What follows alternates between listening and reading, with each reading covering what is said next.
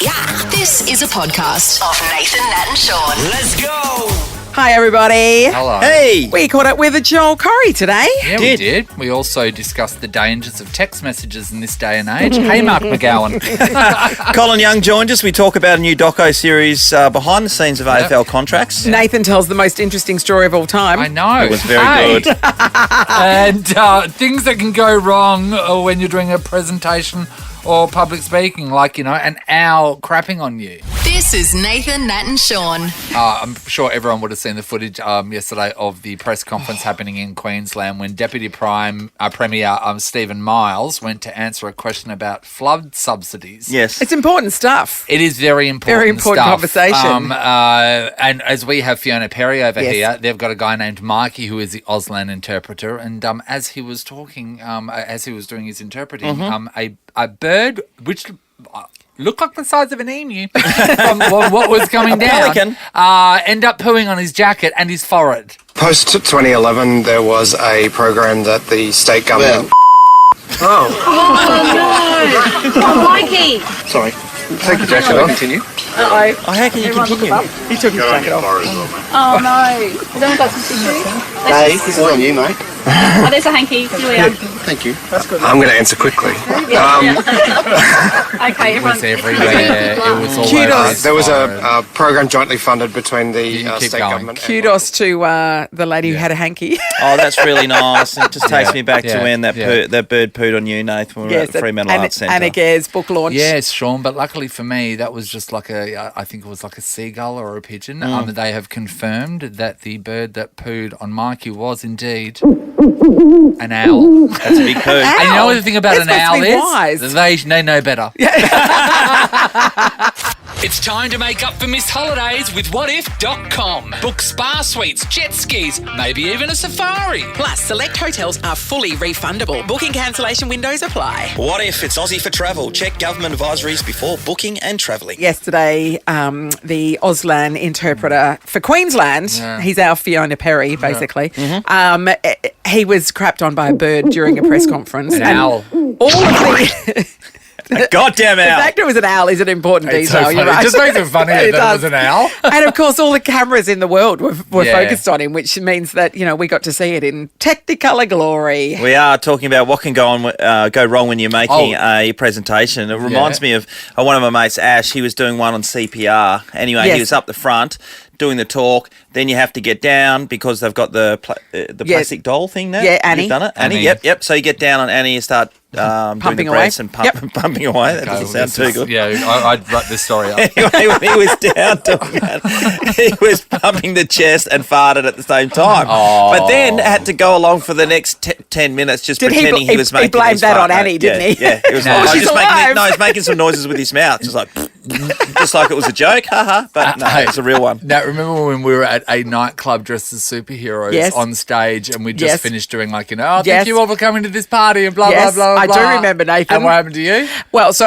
the lights went down and we turned to walk off stage, but little did I know that we were standing not on a stage, on blocks that sort of jutted out. And so as I turned to walk off stage, I've just dropped about, and it was high. But It was the about funniest thing shoulder is- height to me. Oh, she went down like a lead balloon. The funny thing is she's dressed as a superhero and you'd expect someone like that just to fly. I did. And you just saw her cape go, whoosh. I landed on my feet like a cat. And then I looked around and like one person had seen it. One. One You're so person, lucky. I know. Oh, we are talking about what can go wrong when you're A in lot. front of a group of people or you're doing a presentation or something like that. Tanya's in Dianella. Morning, Tan.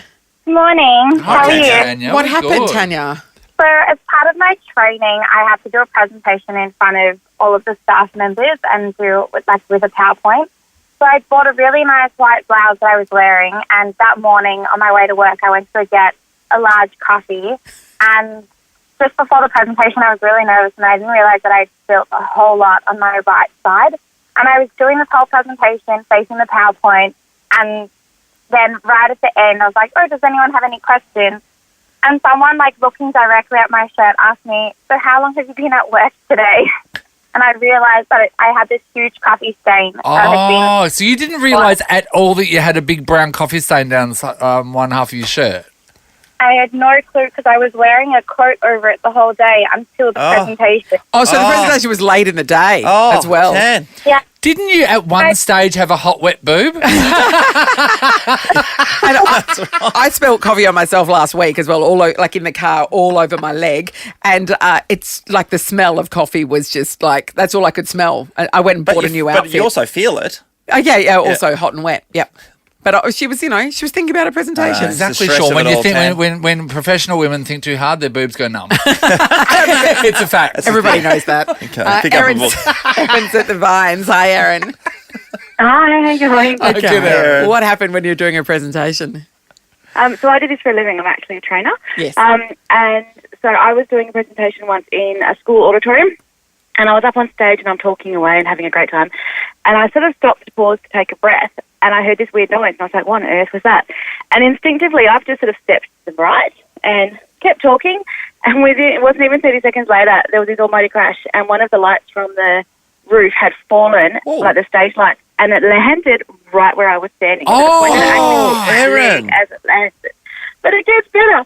And I was, like, totally shocked. I was completely, like, it really shook me. I was completely out of it. I was like, oh, gosh, okay, all right, okay. And I managed to compose myself. And I continued on, and I stepped off the stage, and I was down in front. I kept talking and going through things. And I was like, right, we've got a video to show.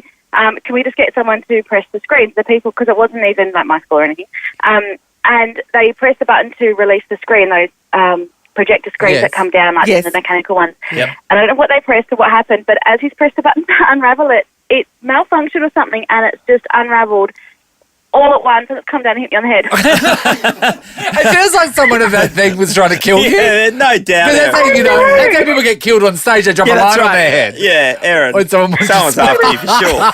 You've made some powerful enemies, Erin. I think someone's trying to murder you. The Nathan, Nat and Sean podcast. I've been sharing stories about things that can go wrong while you're doing public presenting or public speaking or something like that. Ross, you do a lot because you take every second day off to do it. You've had a few, Ross. Off the leave tree. Yeah, I was right next to the approval tree in the orchard. In the hidden orchard. I was hosting a charity event and donating my time, and they were thanking me at the end, and they do a big spiel and they give you a present, and she gave me a case of beer. She's like, well, just want to thank you so much. Here's your case of beer. Handed it to me on stage in front of everyone. Yeah. I dropped it and it just smashed on the ground. And not one or two glasses broke. Like, it would have been about 10 or 15 because it was just leaking. Just piles of water. And the worst thing is it was for a children's charity, and all the children that were in need were cut in the face by the shards of glass. They were okay in the end. Well, stitches. And then something happened at a sporting event with someone that we know as well. Redbacks basketball. I do some courtside announcing for them. I couldn't do one, and I had a colleague fill in, and you do the chants there, right? So let's go Redbacks, let's go. Exactly. We know how it goes. First thing he does, he goes, let's go Wildcats, let's go. I would do something like that. You would be more. Did people let it go? No way, but they all told me about it. But yeah, it happens. All right. Well, it's a dangerous game. And we do public presenting every day here, so we could have even dived into everything that comes out of Sean's mouth at any time. Well, let's not forget we didn't have time. That time you were publicly presenting and you publicly presented your willy by not doing your fly up and not wearing You've jocks. heard about this, haven't you? It was the opening of a Toys R Us at a Baby World store. Yeah, so and then we're all standing there at the front and we're about to cut the ribbon and everything like that. And then this woman leans over to Sean and goes, "Excuse me, Sean." He goes, "Yeah." She goes, "Your flyer's undone and I can see your penis." And all that you can see is a bunch of waist-high children. And there was just children all at that level. Toys R Us. Sean might as well had resting on someone's head. It was, and then Sean just went, oh, whoops, tucked it back in. Rolled it back up. Wrapped it around his waist, over his shoulder, tucked it back on and called it a day. And the good thing is these two guys just let it go straight away. Well, you know what? We've never brought it up since then. Toys R Us went under shortly after. Don't get us started from that time you farted in the office. Wait, what about Shawnee? Half the time he forgets. Hang on a second, what's going on here? Half the time he forgets he's on air and he'll drop a swear word and we have to dump it. And we don't swear here in this. Natalie and I've never said like church in here. Nathan, Nat and Sean. We're going to talk about Show Me the Money. It's a 3-part documentary series. Premieres today, all episodes at once, only on Stan. And it's all about player agents in the AFL. We get to see Colin Young, one of WA's finest in action. Youngie, come on down. Finest managers, Sean. That's nice. Thank you very much. Yeah, absolutely. We're looking at a picture of you from the promotional material, Colin, where you are wearing a suit, fully clothed, in a big bath. What's going on there? Well, I'm taking you just murdered someone and you're cleaning off the evidence. Is that in the doco? I think I was going to say, basically I sank or swam during the trade period. I obviously sank. So, I'm not going to blame Anthony from the West for that because he put me on the paper about 2 or 3 years ago and I've never let that one down. But anyway, Colin, I hear that's how you think you wash your clothes. I've got 2 suits, mate. Now, Colin, a couple of years ago, that was a bit of a stoush with the Dockers on the fitness of Harley Bennell, I think, at the time, and the fitness staff that you were throwing a few darts at that particular time. So, being in the game though, as a player manager, you got to throw yourself out there. Oh, just supporting the players. That was more so that bathtub picture was nicely. The West put me in the top 4 power hitters in footy, which I was quite surprised with. And Mark Duffield asked me to jump in the bathtub, and he said that to Anthony that no, Cole won't do that, and he'll swear at me. Didn't do it, swore at him, but he said you better do it. We're pretty important paper over here in the West. But going back to that, what you were talking about with medical staff, I just had a few. I think of about 16 players, Sean. I had 14 injured, so I was questioning it. Yeah. Hey, Colin. All good now. Yep. Yeah. This doco series, there's some doco series of late where they're showing stuff, and I think, oh my god, I can't believe they're showing this sort of stuff. Just these private negotiations between players that I didn't think that we would ever see. How did that feel, giving access to a camera crew watching the behind the scenes stuff, because it's never been done before? Yeah, we said, Andrew and I probably said no 2 or 3 times to doing the show because of that. But then they said they'd give us, and I was in a contract that we could edit what we wanted to edit out. And I think we did about 120 hours, and I reckon I edited 110 of mine. What was it like even negotiating? I imagine trying to negotiate the contract with a player agent who is also the subject of this doco. Were you excruciating to work with? No. I've calmed down the last 2 or 3 years. I've been really good at kicked in. So, during the process, it's funny sometimes forgot you have the mic on. Yeah. And maybe forgot a few times, went to the toilet, and we didn't like to hear that. But, it was pretty good. We were up against it from day one with both Rory and Bobby Hill because they were really we didn't know we were going to be trading at that stage, and that's why we weren't going to do the show, because we weren't going to have any trades this year. I actually said that on the show. Look, I was going to sit back and watch everyone else go helter-skelter with trades, and unfortunately or fortunately it popped up that we had 2 that we had to try and work through, but they're really going to be tough to get done due to COVID. If we weren't doing in COVID period and we're in Melbourne during a normal draft, those 2 may have got done. So, but we obviously had to get Roy's approval to do it, and also Bobby to be on the show. But I think we try and go as much as we could to the public as we could to give us a rough idea of what we do, without breaking any private and confidential rules along the way. Yeah, so, Colin, one of the things about those things for you guys, Rory Lobb and Bobby Hill, were looking to go to other teams, and that kind of, I guess from an AFL landscape came out of nowhere because they both were contracted players. I was kind of thinking at the time, what's a contract worth these days? It seems like you can walk out of one at any stage, and that's from a player's point of view. From a club point of view, they've been able to do it, I guess, for years when they can, trade you off at a drop of a hat.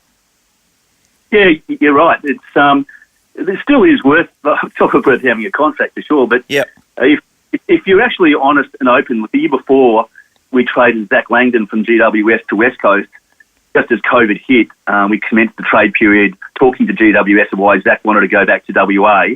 And I knew for a fact that GWS, their salary cap was through the roof and they needed to have some relief from that. So when you're up and honest and saying, look, Zach wants to go home, he's on a decent contract, you'll save this amount of money if you let him go, we'll make sure you get a good pick from West Coast. So if they said, oh, look, no, we're going to keep him, that's not going to happen, then you just move on. Yeah, okay.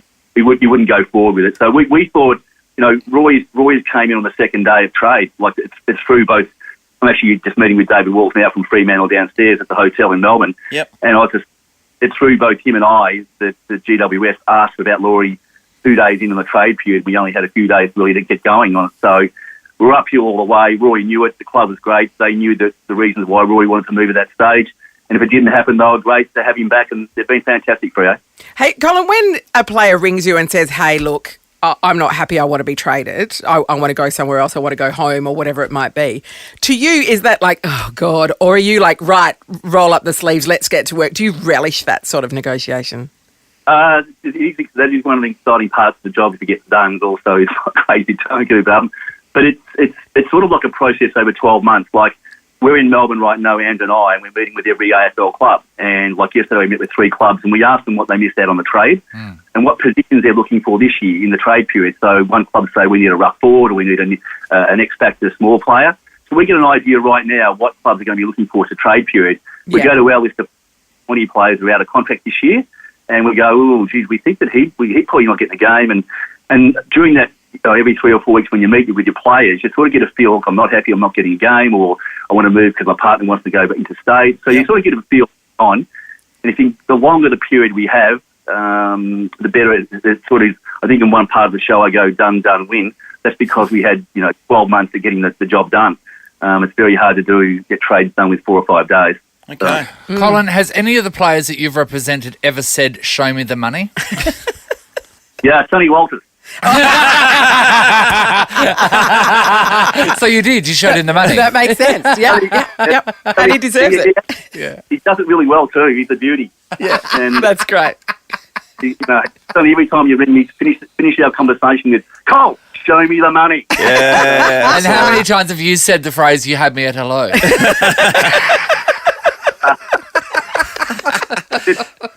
Every day. Every day. Love your work, Colin. Really looking forward to watching this. It's going to be fascinating, isn't it? Yeah, it is. Okay, sorry. Sorry, we are cutting up a little bit there, but Show Me the Money is 3-part docu-series, only on Stan. Colin Young from Corporate Sports Australia has been in the game for a long time. Appreciate your time, buddy. No, thank you, Tree, for having me. You're listening to Nathan, Nat and Sean. Yesterday I went into the city, right? And I was walking down Murray Street. Innocently? Is that the one the Apple store's on? Yeah. Murray. It's where the Capital was on. Walking down Murray Street. And as you know, my keys are on a lanyard, yeah? My car keys. Yes, So yes. anyway, so as I'm walking, a truck's gone past and there's a bit of wind and my lanyard's sort of flowing up. At that exact time, an e-scooter has come up behind me doing 150 miles an hour. No one is following. 150 miles an hour. That's pretty quick. It's true. It was That's about 280 or something. it was Roscoe McGlash who was driving it. I'm completely correct. And I think they have a max speed of 25, but sure. So as my 150, lanyard's blowing up, it's handlebars has collected my keys and yanked me forward, and then the guy's just taken down the road with my car keys. I would have loved to have seen and this I on yelled video. out, of course I yelled out the only thing you can. Hey! Hey! You have my keys! Pretty eloquent in an emergency, Yeah. Did you have to take off and do a couple of short sprints? Like, It was very shocking. Were you dragged a bit, or did they just come straight out? No. It caught my, because it was going. Usually you can just pull them out because their shorts are quite shallow. But no, I was dragged because it went at such a velocity because it was 150 miles an hour. The Aussie Invader. That was actually. Look, I'm just going to put it out there. That's too fast Harry. for the pavement. If it was the salt flats, I'd be right with it, but not on a pavement. I recorded this, Harry. I was sure. So you had time to record it, but not time to, I don't know, stop your lanyard from waving around. It wouldn't unless you record it. Doesn't happen. It never existed. So it happened. It clearly happened. So anyway, he had to stop because he was 12 kilometres away. Did he collaborate and listen? Well, he did, Sean, because he gave me back the keys. He goes, "Oh, sorry about that." I went, "That's all right." That was the end of that. Pretty amazing exchange. So anyway, call us with your cool story. You know what? You told him, Nathan. You told him. Oh, that was vintage. When you could have said something and you didn't. I want to know if people have been caught on something or snagged on something, because if I had deeper pockets, yes, and a more hefty set Longer of keys, arms. I wouldn't need longer arms. And a hefty set of keys, I would have been dragged, or my shorts could have been ripped off. Ripped off in the city. You're listening to Nathan, Nat and Sean. We're talking about when he got caught or snagged on something. I told you a ripper story. It was amazing. It had a beginning, a middle, and an end. It was amazing. And the end was, thanks. E-scooters, mate. Watch out for your key lanyards. I'll rip them out of your pocket. I enjoyed it. Louise is in Bennett Springs. Morning, Lou. Good morning, beautiful people. How are you? Hi, Louise. Stop it, Lou. What did you get caught or snagged on? My charm bracelet. So my husband... I got caught on my husband's jumper as he went down on one knee to propose. It got caught in his jumper. So there I am. I went and I got thrusted forward as he went down, and we head-butted. So then my arm's hanging down, and he's like, I'm like, just do it, just do it. So then he proposed, and we got hooked together forever. Well, you did Beautiful. too. Nice. Beautiful. That's a much better story than Nathan. Yeah, he's better. She was unconscious for 10 months and he married her during that time. That's right. But she saw the photo. She looked well-rested and really nice. You know when he got caught on you, Lou, did you yell out, hey? That seems to be what you need to do. I was kind of in a bit of shock, really. What a moment for that to happen. Headbutted during your proposal, I know. though. That's next level, isn't it? That's good, isn't it? That's romantic. You never see that in a movie. No, Jordan's in Butler. Hello. Hi, how you going? Good, Jordan. What did you get caught on? When I was an apprentice, we couldn't get into the job, and I was only in my first year, so I haven't been working much, and it's like, oh, mate, yeah, we can get through the window. And I'm like, oh, okay, how do we get up there? Climb up the ladder, slide on through, and there was a nail sticking out. It literally caught me right in the middle and ripped my pants from top to bottom. Sound like a setup straight away, because they get the apprentice, you get up there and do that. And I mean... Yeah, that's what it was, I reckon. Breaking and entering, right? Technically, no, because we do have keys, but they had locked all the doors with the owner's keys for some reason. Yeah. So it was like, no. Oh, the window's open. Yeah, climb up through, and he wouldn't let me go home to change either. So he's like, just duct tape it, mate. So you just duct tape your pants. It fixes everything. Yeah. That's funny. That's great. Thanks, Jordan. Kieran's in Burns Beach. Morning, Kieran. Good morning. How you going? Hey, Hi, good, Kieran. What did you get caught on? Oh, this was many years ago. We were actually going to do some snow skiing in Austria, and we were myself and my wife were queuing up for the ski lift. Yep. And she jumped on, but I was like I was a little bit behind her, dragging my heels a bit. I went to get on, and it was like sort of taken off, but the ground was dropping away from you, so it was becoming quite high. So I said to her, I'll quickly grab the next one. Yes. But unbeknownst to me, I was wearing one of those satchel things around my shoulder, and I got caught on the armrest. And it started dragging me off, and the next thing I had no choice but to jump onto the thing, and I'm hanging off the handrail of it. Oh, the ski lift. Of the chair. And I was like, next thing I'm about 10 feet in the air. Nobody stopped the bloody thing, and I'm like hanging off the side of it. Oh!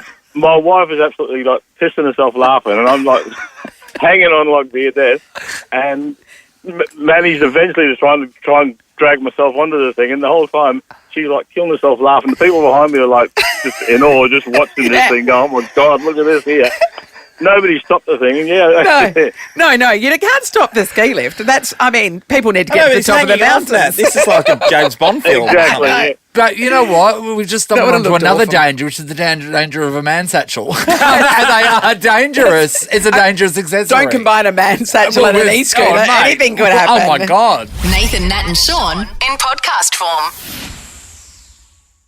How many of us are furiously clearing out our text messages after seeing McGowan having to present his phone at court? It does show you that if things happen in the future, nothing's safe. No, that's true. So can I just get this straight, right? Well, I'll be, as we're all deleting. Is it all stored up in the cloud, every text we've ever done? But once we've deleted it, they go up to the cloud and grab that out? I do not know the answer to that. And can a court go up into the cloud and get it? Do they have keys to our cloud? Mate, you Yeah, I couldn't believe even so. get Apple to open the cloud for you. I don't know. Like, you know what I mean? Yeah, yeah, I'm yeah. sure that once Mum ago and you was going to court and they said you're going to present your text message. You went, could they go up and get them? No doubt. No You doubt need they a can. tall ladder. Are they on a server somewhere? I'd imagine they would be, yeah. Well, your photos are, aren't they? They're up in the cloud, so you can get them back at any stage. So I imagine there'd be a fair portion of these would still be alive up there. I wouldn't think that it would be going it back for years. Who knows? I don't know. No, Sean, yeah, I good don't point, know Nat. the cloud. Good point. Apple takes money off me each month Yes. for Me too. extra cloud storage. Yeah, Me too. So it's like, where's that locker? And what's in it? More importantly, what's in it? And how long? How am I paying for something that I can't get into? I don't get it. If you get something at Koala Storage, you can go there and get your old mattress. That's true. That's a great point. Anyway, so it's just really, I found it just super interesting, the fact that Mark McGowan can text Kerry Stokes, and then, a few texts later on, Clive Palmer's a giant cockroach on the front of the West Australia. He also, which is left out of the paper today, one of the text messages was just informing Kerry that he's bringing in a new bill.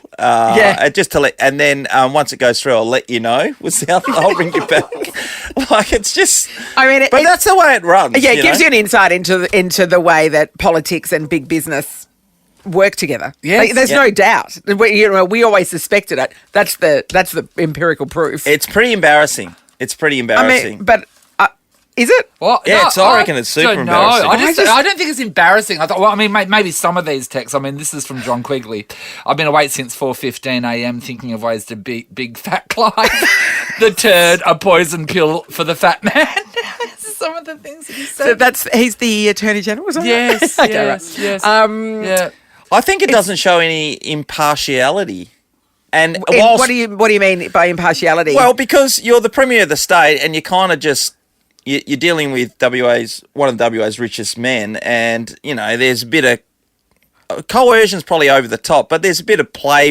Sean, if you think there's any politician that doesn't do that, no, I agree. I agree, but I don't think anyone in WA has thought about that at all with Mark. 90% he's saving the world. Well, he's doing the best he can in terms of keeping us safe, but he's also getting help from, the media who get behind him in this particular thing. The mining industry, which is probably conversations he's had with them. This is what we're going to do and all that kind of stuff. There's a lot to play here. Yeah, like the federal government help you out. Yeah. 100%. He's just borrowing a ladder from I don't reckon it looks good at all. It's worth noting that, I mean, Kerry Stokes wouldn't have put Clive as a cockroach on the front page of the paper if it did not serve the paper.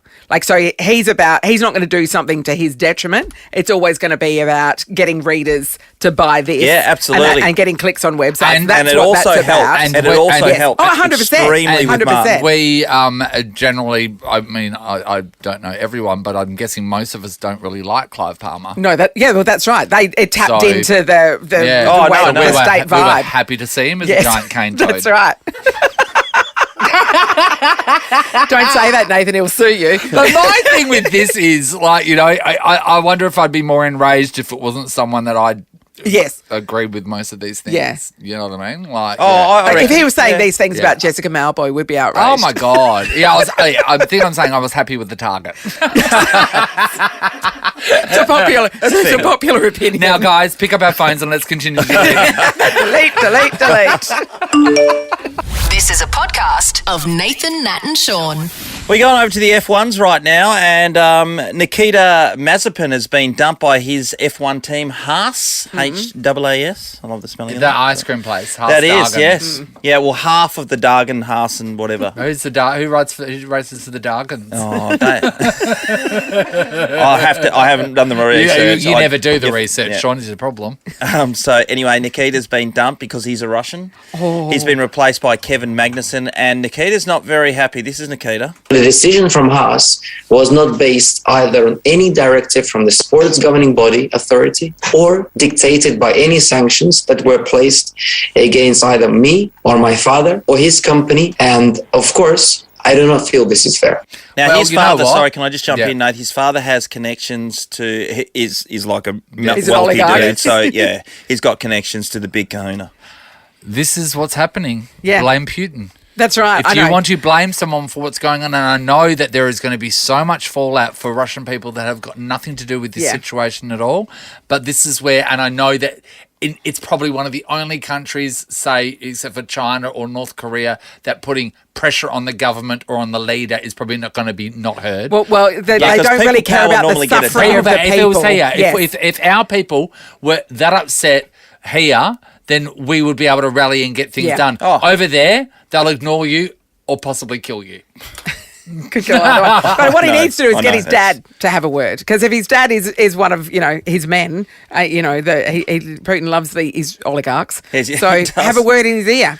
He's probably the best placed person to do it. Well, I think it's a good call from all the sporting bodies. Tennis are the only one at the moment who you can play. Daniil Medvedev is one player who continued to play, but not under the Russian banner. Yes. And he's a very good player. He actually has said he condemns what's going on in the Ukraine, which is a good thing. And more of those people who But you stand know up what? and do With the that's amount great. of sanctions and stuff that's going on at the moment, I just don't think it's going to do anything. I think that it's crippled their economy, and their ruble is worth now 1 cent of the American dollar.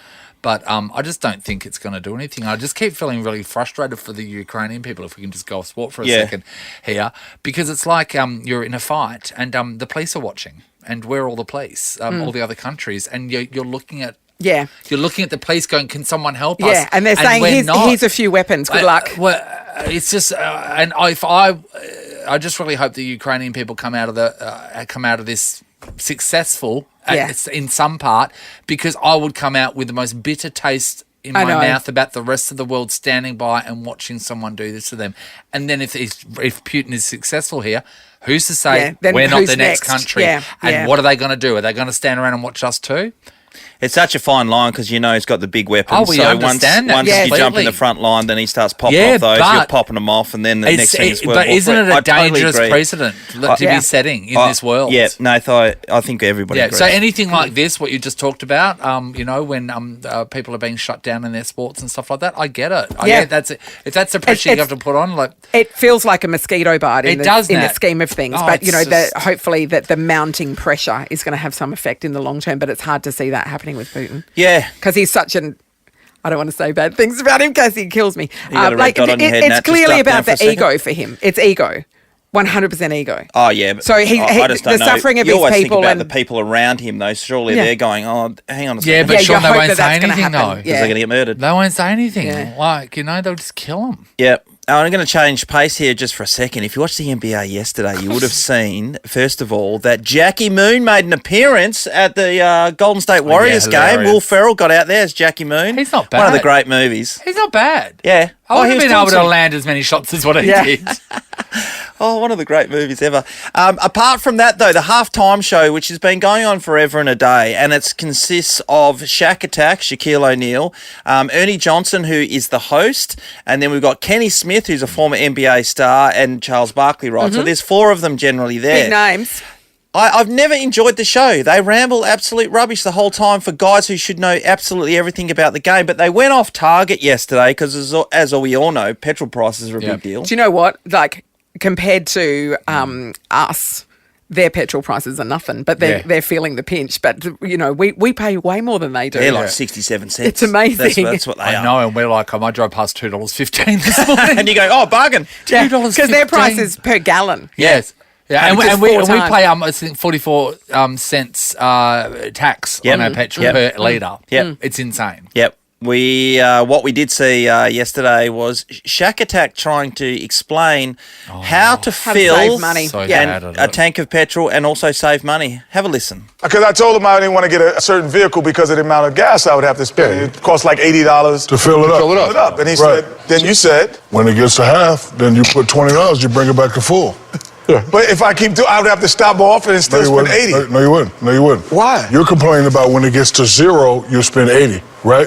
When it gets to half, you put 20. Then when it get back to half, you put 20. Yeah, but I'll keep stopping, putting 20 in, and it'll equal 80, the same amount of gas.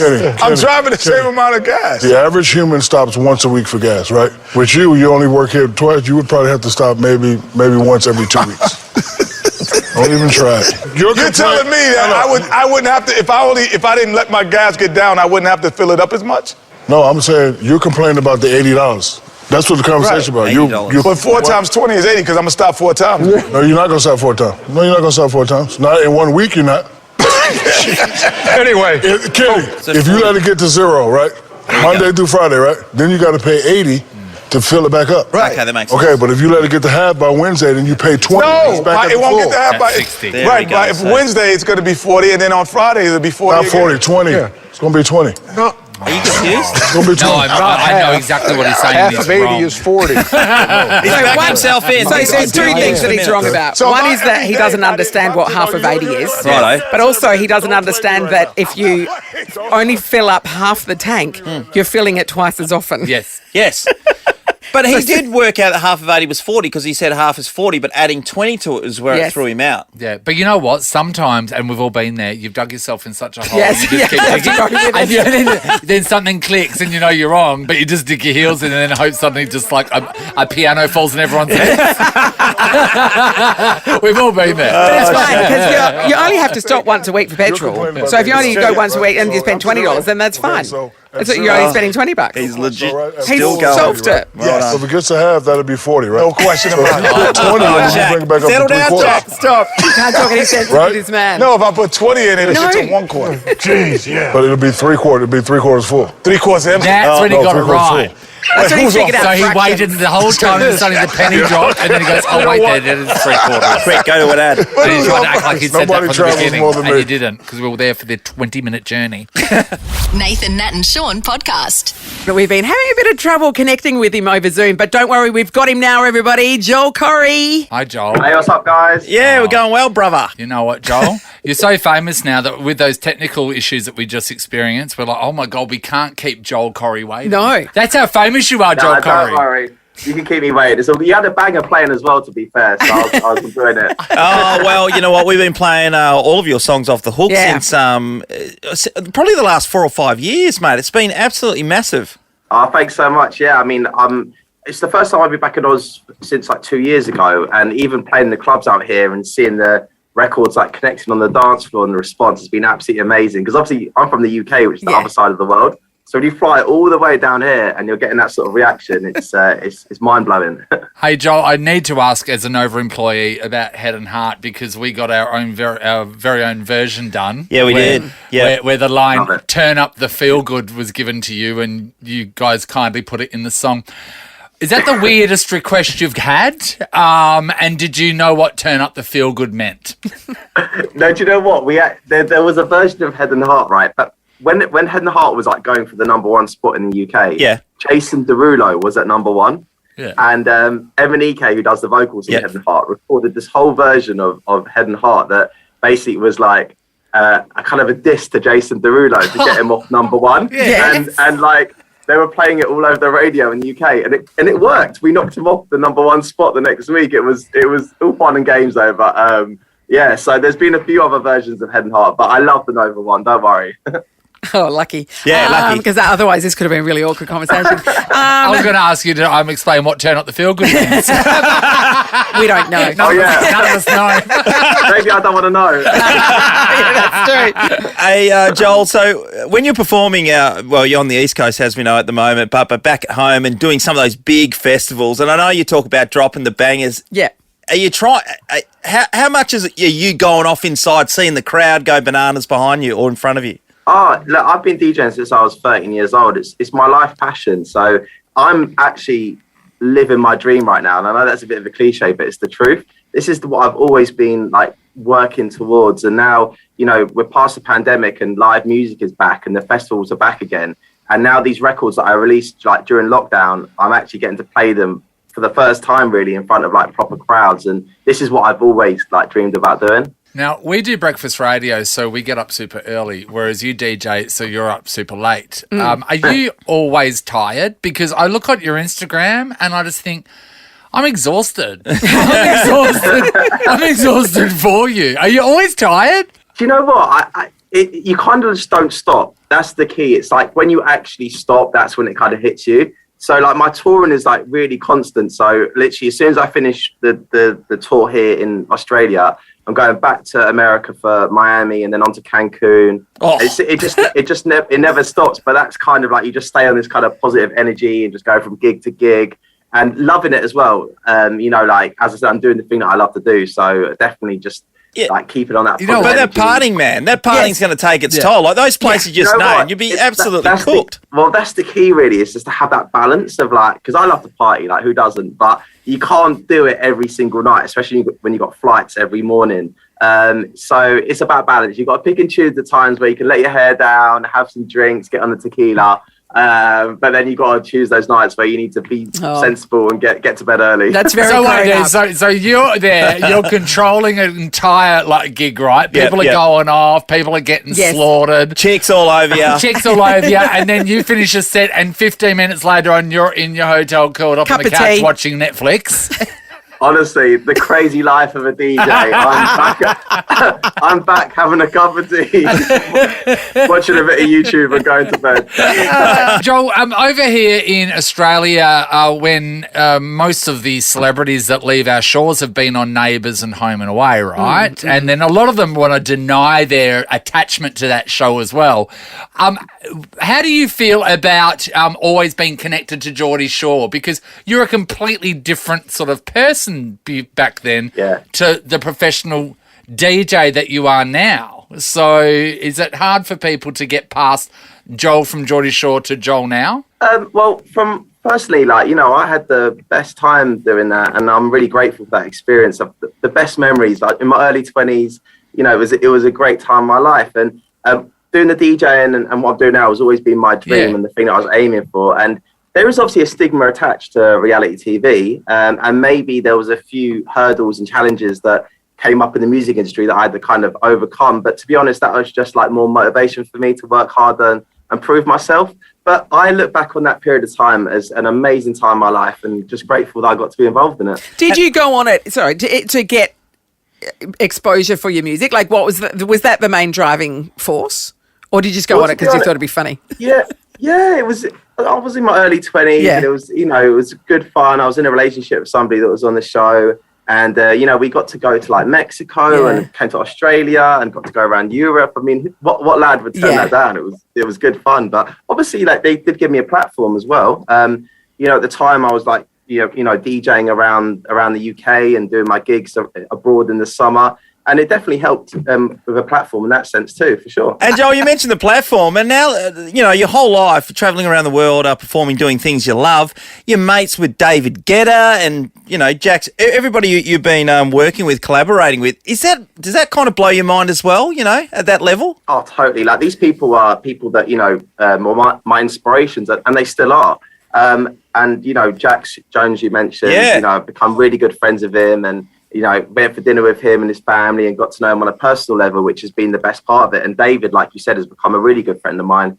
Every time he's in the UK, we hook up, and I've been to his house in Ibiza for dinner. We're actually working on a new record that's coming out very soon together. So you got some more David and Joel music coming. Great. You shouldn't be too far away from an Ed Sheeran collaboration then, because surely that'd have to be on the cards, wouldn't it? Oh, listen, Ed would be like a dream collaboration for me. And I actually met him at the MTV EMAs, and we had a beer after because he invited me back to his after party. And he told me he's like a big fan of what I'm doing. He loved Head and Heart. He loved Bed so much. And then he said it in a radio interview as well, which was like, I was like, oh my God, I can't believe Ed Sheeran is talking about me. And yeah, we talked about getting in the studio together as well. So as soon as we can both make that date, it's going to happen. I'm going to make it happen. All right. Good on you, Joel. Good on you, mate. Nathan, Nat and Sean is a Nova podcast. For more great comedy shows like this, head to novapodcasts.com.au.